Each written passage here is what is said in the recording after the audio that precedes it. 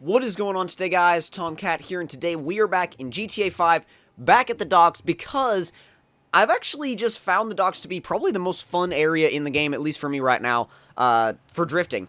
And, I mean, there's some other places that are kind of fun, but the docks just really lend themselves well to getting a car sideways. Now, as you can see, the car has some, I guess you could say, scars on it already, and this is actually the Intruder. We've modified it a little bit, built it up a little bit, lowered it and everything.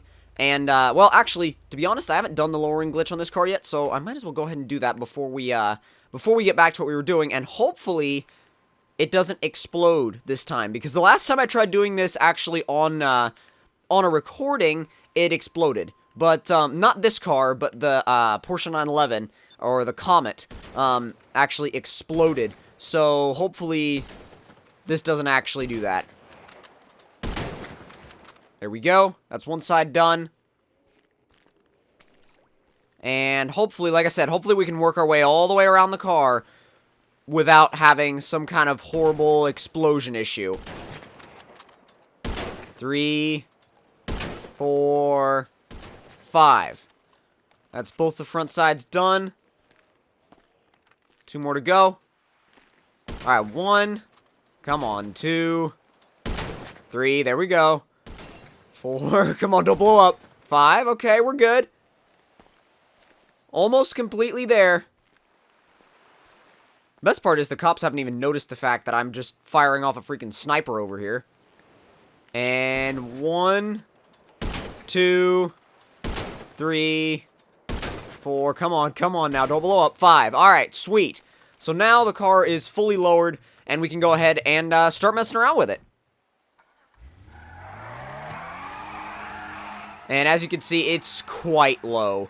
I mean, even beforehand, this is one of those cars where it's just low anyway, when you put the sports suspension on it. But after that, after doing the lowering glitch, oh my god, it is ridiculously low. Now, the thing you have to remember about this car is it's actually not the best at getting sideways. You'd think it might be, but it's actually not. You have to work with it in such a way that you can't in a lot of other cars. Like in that Porsche 911, or the Comet, as a lot of people kept telling me I was extremely wrong in calling it a Porsche 911, but that's what it's called. That's what it's freaking called, so that's what I call it by. I mean, but anyway, the thing with this car is the fact that it's very, it's not one to, I guess you could say, put a lot of power to the ground. Even after doing, full race power upgrades, race turbo, really everything to it. Wow, that sucked. But even after doing really everything you could do to it, it's still a little bit sluggish, so you can't really power drift it all that much like you can with something like the Porsche 911. I mean, this makes that Porsche 911 seem super easy to get sideways, just because of the fact that this doesn't really like to, I don't know, to rev out or actually to put down a lot of power. So you have to carry a lot of speed into corners, first of all, but besides that, you also have to pick and choose which corners you actually drift, because it's a lot harder to go like back-to-back corners in this car than it is with a lot of the other higher-powered cars. But once you actually do get, oh, okay, not like that, but once you actually get it in this car, though, it's I don't know, it's kind of satisfying because it's a larger car, and it's a sedan, and it's not, you know, it's not the most assuming thing. Still kind of really learning how to link drifts together in this car, though. It's not like I said, it's not the most intuitive feeling car at all, really. It's very tricky. It's not a beginner car by any means. I mean, if you're just gonna do like small slides, then I could see how it might be a beginner car. But if you're looking for something that's really good at pulling long slides, then you might want to forget about this for a little while, because, you know, unless you find a way to swap another engine in here, this thing is not going to be your top-notch drift car. Now, with that being said, it is decent. It's not, you know, it's not terrible by any means. It's not something that's going to just bog down all the time. You just got to carry more speed, and it's harder to link drifts together. But, like I said, as you can see right there, as long as you don't hit the e-brake too much and slow yourself way down, you'll be good to go. Now, trying to be a little bit precise with it, because as you can see, it's not the most precise. It's possible to be kind of precise with it, but it also is far from the most precise thing that you're going to find out there. Now, what could I compare it to? Well, I could compare it to a lot of other, not SUVs, what the hell, a lot of other sedans, because it's very grippy. That's the thing. It'll pick up grip again very, very quickly, and that's not exactly what you want all the time. I mean, you want some grip, because actually, it's kind of impossible to drift and control your drifts without some grip, and that's something that people don't really realize a lot of the time, about how important grip actually is when it comes to drifting. And the thing about it is the fact that you want some grip there, but you don't want too much, because if you've got too much, then it'll just pick up the traction again. And that's why you have to throw this car at corners so quickly, because if you don't, it'll just pick up traction immediately. It's actually got way more grip than the Comet or the 911. It's got way more grip than that, which is not only surprising to me, but I feel like it'd be surprising to a lot of people that would just kind of try this car out. Maybe it's because it doesn't make as much power. Maybe it's because it's heavier. I'm not too sure. That's all down to GTA logic, however that's supposed to work. But because GTA logic doesn't always make sense. But other than that, though, I do enjoy it. I do enjoy having something a little bit different. It's not quite as... Ow. That sucked. That was going to be kind of good, too. Had decent speed coming into it and everything. But, I like having something different than I guess you could say your normal coupes. You got your Futos and what have you. But, I like having something a little different. What I kind of don't like about this car is the feeling of of sluggishness. It doesn't feel... See, that's the thing. A car can be not very powerful, but it can be really eager. There's some cars that are not powerful at all, but are really eager. And, I mean, just to reference a couple of real-life examples, you've got the... Ow. Jeez, again? Oh, weight reduction.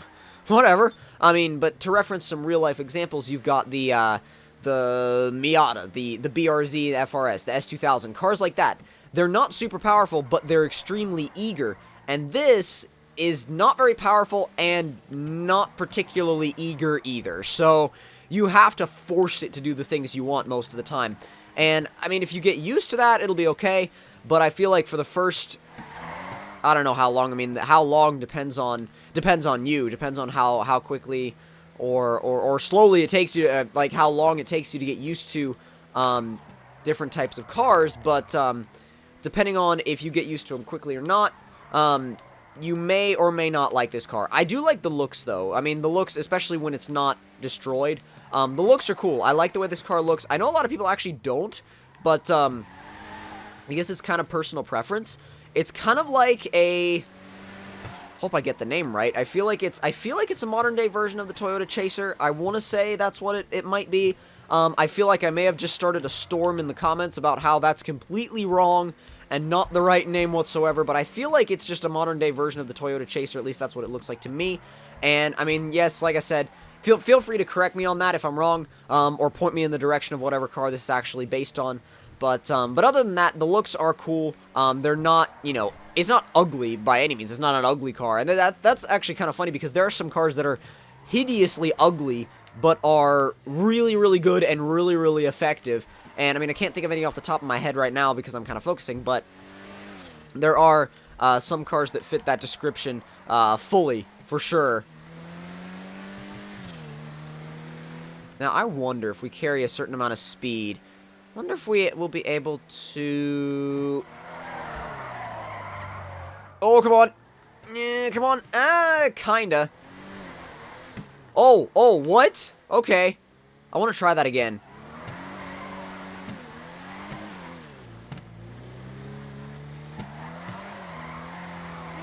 Oh, there's not enough room. There's not enough room for me to slide the tail end around through that little barricade.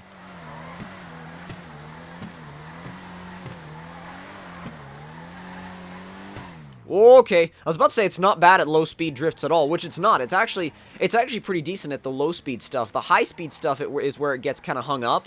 But, I mean, like I said, each car has its own strengths and weaknesses. The Comet that we tested last was kind of strong in both areas, although it did like to spin around occasionally if you were... What's up, guys? If you were not paying attention. This car, if you're not paying attention, it likes to get grip again. So, it all depends on what the car likes to do and how the car actually likes to behave. And you have to focus on that and focus on the car in different ways just to actually get used to it. But if you guys enjoyed this video, don't forget to leave me a like. Tell me in the comment section down below what you guys thought of it. And if you're new to my channel, don't forget to subscribe for more. And also, if you have any cars you'd like to request for me to build for this series, then let me know in the comment section below. And I will see you guys in the next one. Talk to you guys later.